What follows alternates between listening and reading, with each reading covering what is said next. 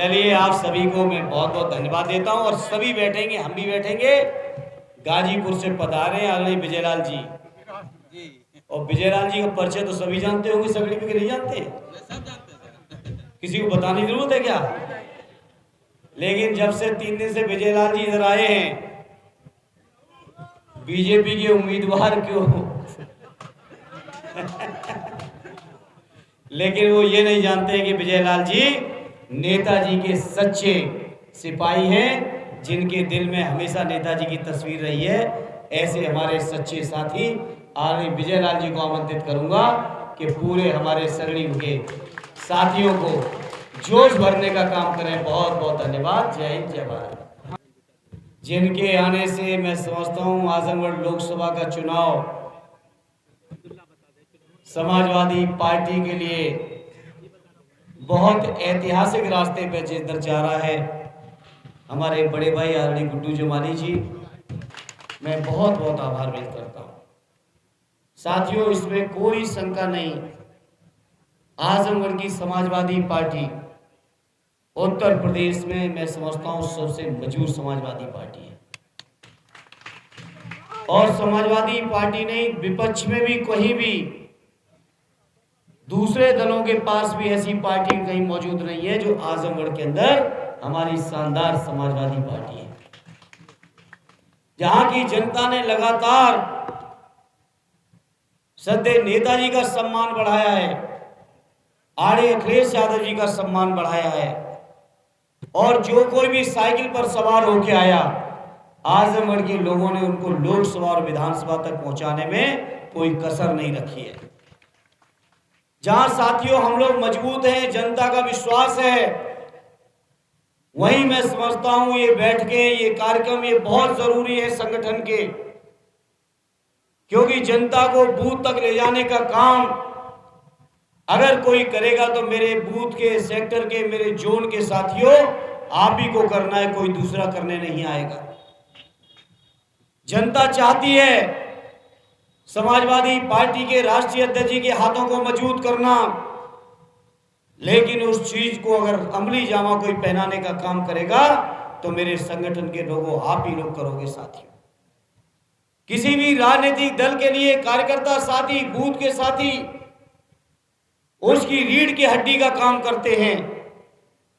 तो मैं समझता हूं, मैं अपने आजमगढ़ और सगड़ी के लोगों के बीच आज कह सकता हूं कि हमारे साथी इतने मजबूत हैं। डॉक्टर साहब बता रहे थे कि 24,000 वोटों से जीते हैं, तो अगर डॉक्टर साहब 24,000 से जीते हैं तो निश्चित तौर पे आप सबकी ताकत पे, आपकी दम पे जीते हैं साथी। तो जहां आपने डॉक्टर साहब को भी 24,000 से जिताया,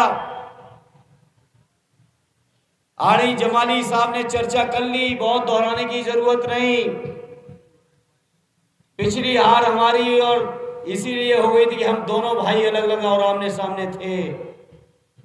लेकिन मैं बधाई देता हूं आदरणीय जमाली साहब को और माननीय राष्ट्रीय अध्यक्ष जी को कि जो पिछले चुनाव में मेरे लिए सबसे पूर्ण चुनौतीपूर्ण बात थी, इस बार तो मेरी उम्मीदवारी से पहले ही वो चुनौती मेरी माफी करने का काम करने का कर दिया है।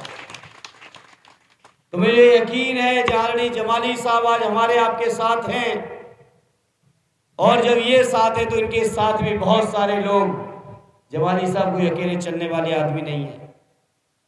निश्चित तौर पे इनके तमाम शुभचिंतक, तमाम समर्थक और समाजवादी पार्टी की अपनी जो बुनियाद है, जब हम सब मिलेंगे तो निश्चित तौर पे भारतीय जनता पार्टी को ऐतिहासिक हार हराने का काम अपनी कार्यकर्ता साथियों आपकी दम पे करेंगे। ये साथियों, एक चीज जरूर मैं आपसे कहूंगा, 2019 के चुनाव में भी पार्टी की, हालांकि आजमगढ़ में तो आपने राष्ट्रीय अध्यक्ष जी को ऐतिहासिक वोटों से जिताया था, लेकिन कई क्षेत्रों में जो हमारी हार हुई थी, या 22 में हमारी सरकार नहीं बन पाई। हालांकि आजमगढ़ में ये बात नहीं थी, आजमगढ़ के लोगों ने अपना 100% देने का काम किया था, लेकिन उत्तर प्रदेश के अंदर हमारे बहुत से साथी ओवर कॉन्फिडेंस में आ गए थे, इसलिए कहीं ना कहीं हम लोग सरकार से भी दूर हुए हैं। इसलिए साथियों, इस मौके पे कहूंगा, जहां परिस्थितियां आपके पक्ष में हैं, राजनीतिक समीकरण, राजनीतिक चीजें आपके पक्ष में हैं, वहीं हम अपने साथियों से अपील करेंगे कि जब तक 25 तारीख को वोट न डलवा लो और 25 तारीख की रात में जब तक वेयर हाउस में अपनी मशीनें बंद न करा लो, तब तक मेरे नौजवान साथियों चैन से न बैठना, ये मेरी अपील है साथियों। क्योंकि ये बीजेपी के लोग बहुत बेईमान लोग हैं। आप सोचो, विधानसभा के चुनाव में केवल आदरणीय राष्ट्रीय अध्यक्ष जी ने 24 घंटे पहले, 36 घंटे पहले आह्वान इस बात का किया था कि ईवीएम की रखवाली करनी है, और केवल 36 घंटे के अंदर उत्तर प्रदेश के 32 जिलों में ईवीएम में अनियमितता पाई गई थी। आजमगढ़ के भी हमारे शायद लगभग 28 या 29 साथियों को मुकदमा लिख के जेल में भेजने का काम ये बीजेपी के लोगों ने किया था। तो ये बीजेपी के लोग बेईमानी का कोई रास्ता नहीं छोड़ते हैं, और बेईमानी से भी अगर कोई निपटेगा तो मेरे बूथ के, सेक्टर के, जोन के मेरे साथियों, आपकी ताकत पे हम सब मिलकर निपटेंगे साथियों। इसलिए चुनाव बहुत महत्वपूर्ण है। बहुत सारे मुद्दों पे साथियों ने चर्चा की, मुझे नहीं दोहराना है। मैं आज इस मौके पर यही यकीन और भरोसा आपको दिलाना चाहता हूं कि समाजवादी पार्टी की ताकत को इतनी मजबूत कर देना कि दिल्ली में भारतीय जनता पार्टी की सरकार जो उत्तर प्रदेश के रास्ते से बनी थी, उत्तर प्रदेश के रास्ते से ये सरकार हट जाए, ऐसा इंतजाम कर देना मेरे भाइयों। और जब दिल्ली से बीजेपी हटेगी तो मैं आपको यकीन दिलाता हूं, गांव की, गरीबों की, किसानों की, नौजवानों की, बुनकरों की, व्यापारियों की, जितनी भी हमारे समाज के हर वर्ग के लोग बैठे हैं, चाहे दलित समाज के लोग हों, चाहे पिछड़े समाज के लोग हों, हमारे बेरोजगार हों, हमारे किसान हों, हमारे नौजवान हों, हमारे बुनकर हों, हमारे छोटे छोटे दुकानदार हों, हमारे मजदूर हों, समाज के हर वर्ग के साथ जिनके साथ बीजेपी के लोगों ने धोखा किया है, इस धोखे को हम लोग न्याय दिलाने का काम करेंगे और हम लोग सभी लोगों की मदद करने का भी काम करेंगे साथियों। आपको भरोसा दिलाते हैं साथियों, समाजवादी पार्टी की सरकार को आपने देखा है, समाज का कोई वर्ग नहीं बचा जिस वर्ग के कल्याण के लिए हम लोगों ने योजनाएं न चलाई हो। आज आपके बीच आने से पहले आदरणीय विधायक जी ने कहा था कि सगड़ी की तहसील के वकील साहिबान इंतजार कर रहे हैं, और मैं जब सगड़ी तहसील के वकील साहिबानों के बीच पहुंचा तो उन वकील साहिबानों ने सबसे पहले अगर कुछ दिखाया तो श्रद्धेय नेताजी और आदरणीय अखिलेश यादव जी के द्वारा जो बनाए हुए चैम्बर थे, वो चैम्बरों की तरफ इशारा किया कि हम लोग खुले में बैठते थे, लेकिन नेताजी और समाजवादी पार्टी की कृपा है कि आज इतने शानदार बिल्डिंग के अंदर हम लोग प्रैक्टिस करने का काम कर रहे हैं। तो हम समाजवादियों की नजर सबकी ओर है। इसलिए इस मौके पर कहूंगा, हमारे उन बेरोजगार नौजवानों के लिए, जिन 60-60 लाख बेरोजगार नौजवानों को पर्चा लीक कर करके ओवरेज बनाने का काम ये बीजेपी के लोग कर रहे हैं, न केवल इनको सबक सिखाएंगे बल्कि अपने नौजवानों के लिए रोजगार मुहैया कराने में कोई कसर हम नहीं रखेंगे, ये भरोसा आपको दिलाना चाहते साथियों। किसान भाइयों की भी आमदनी दूनी करेंगे। अभी जिस दिन हम आए थे, दिवारा के इसी इलाके से गुजरे थे, बहुत से किसान भाइयों ने दिखाया कि अभी हमारे गन्ने की फसल खड़ी है, लेकिन सठियाओं की शुगर मिल का बंद कर दी है शुगर मिल। तो ये किसानों की समस्याएं हैं। रात रात भर किसान लोग लाठी और टॉर्च लेके खेतों में पड़े रहे। बताओ सगड़ी वालों, पड़े रहे हो कि नहीं पड़े रहे हो आप लोग खेतों में?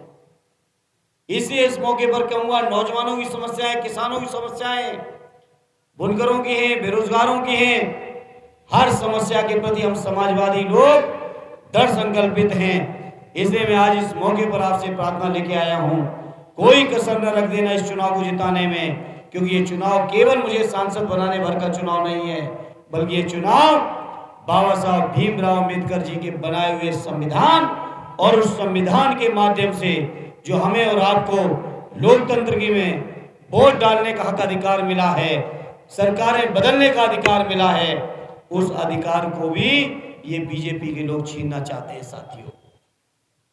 ये छीनना चाहते हैं। और तभी तो बीजेपी वाले भाषण देते हैं कि अभी इतने साल तक नहीं हटने वाले, उतने साल तक नहीं हटने वाले। लेकिन ये बीजेपी के लोग नहीं जानते हैं, जब देश में तानाशाही होती है और तानाशाही के खिलाफ जब जनता खड़ी होती है तो जनता वो हाल कर देती है कि चंडीगढ़ से लेकर कलकत्ता तक खाता नहीं खुला था। इसी तरह से आने वाले समय में बीजेपी के लोगों आपका भी खाता ये जनता नहीं खोलने देगी। ये मैं आज इस मौके पर जनता के बीच आपके बीच कहता हूँ। ए मेरे सगड़ी के लोगों, बताओ, ऑलरेडी डॉक्टर साहब को तो 24,000 से जिताया था, और जब डॉक्टर साहब को जिताया था तो जमाली साहब साथ नहीं थे।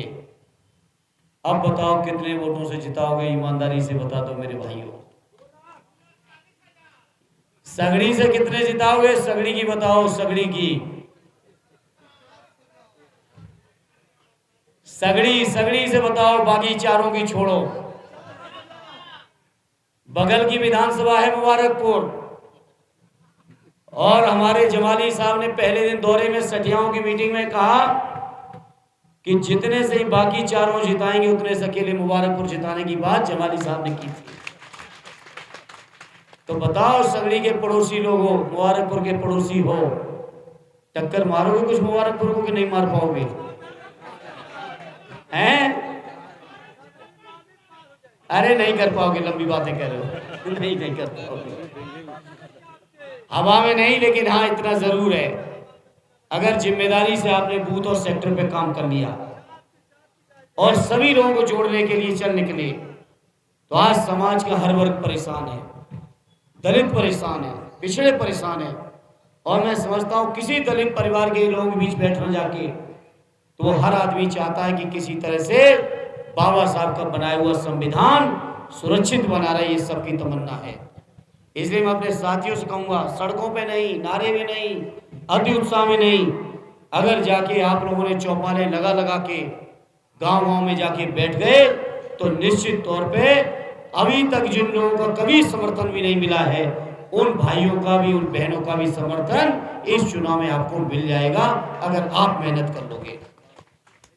ये कार्यकर्ता साथियों की बैठक है, कोई जनता की बैठक नहीं है।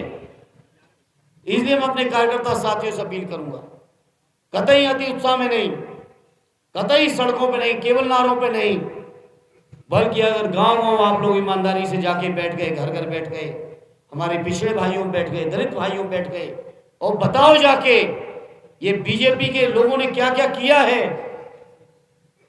आप सोचो, देश में 45 विश्वविद्यालय हैं केंद्र सरकार के, एक भी केंद्रीय विश्वविद्यालय में पिछड़ा, दलित, आदिवासी वाइस चांसलर नहीं है। बताना पड़ेगा जाके आपको। ये बीजेपी के लोगों ने हम लोगों को बदनाम किया। इन बीजेपी के लोगों से पूछो कि बताओ हमारे कितने पिछड़े, दलित, आदिवासी, कितने हमारे कलेक्टर बनाए हैं, कितने कप्तान बनाए हैं, कितने आईजी, कितने डीआईजी बनाए हैं, कितने बताओ पीएसयू में बैठाए हैं। मोदी जी ने सैकड़ों आईएएस नामित कर दिए हैं दिल्ली में बैठ के, एक भी दलित, पिछड़ा और आदिवासी नहीं है, ना मुसलमान भाई हैं। तो अगर हम लोग जनता के बीच इन सारी बातों को बता पाएंगे तो मुझे यकीन है कि जनता का ऐतिहासिक समर्थन समाजवादी पार्टी और आदरणीय अखिलेश यादव जी के जो पीडीए का नारा है, उस नारे को जनता का पूरा आशीर्वाद मिलेगा, ये यकीन है मेरे भाइयों। तो बताओ मेरे सगड़ी के लोगों, लगोगे इस काम पे कि नहीं लगोगे साथियों?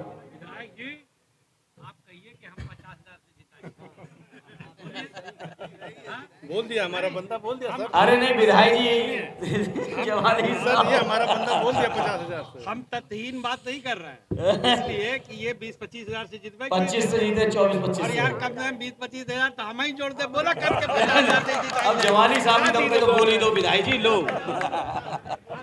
अब तो श्योर हो गया आपकी बात कि 50,000 जिताओगे आप लोग, सब लोग बोलो 50,000 जिताएंगे। धन्यवाद धन्यवाद धन्यवाद। चलिए, आप सभी को मैं बहुत बहुत धन्यवाद देता हूं, और सभी बैठेंगे, हम भी बैठेंगे। गाजीपुर से पधारे आदरणीय विजयलाल जी, और विजयलाल जी का परिचय तो सभी जानते होंगे, सगड़ी में नहीं जानते हैं, किसी को बताने की जरूरत है क्या? लेकिन जब से 3 दिन से विजयलाल जी इधर आए हैं, बीजेपी के उम्मीदवार क्यों लेकिन वो ये नहीं जानते कि विजयलाल जी नेताजी के सच्चे सिपाही हैं, जिनके दिल में हमेशा नेताजी की तस्वीर रही है। ऐसे हमारे सच्चे साथी आदरणीय विजयलाल जी को आमंत्रित करूंगा कि पूरे हमारे सरणी के साथियों को जोश भरने का काम करें। बहुत बहुत धन्यवाद। जय हिंद, जय भारत।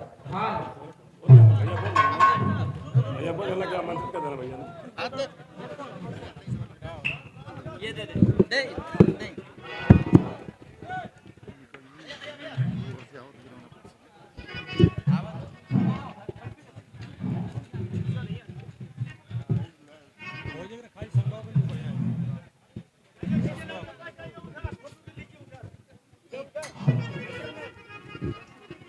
ऐतिहासिक सरजमी और पूरे हिंदुस्तान में चुनाव का महापर्व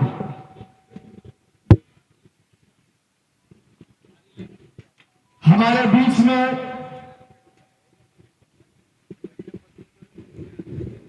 जो प्रत्याशी के रूप में उपस्थित है,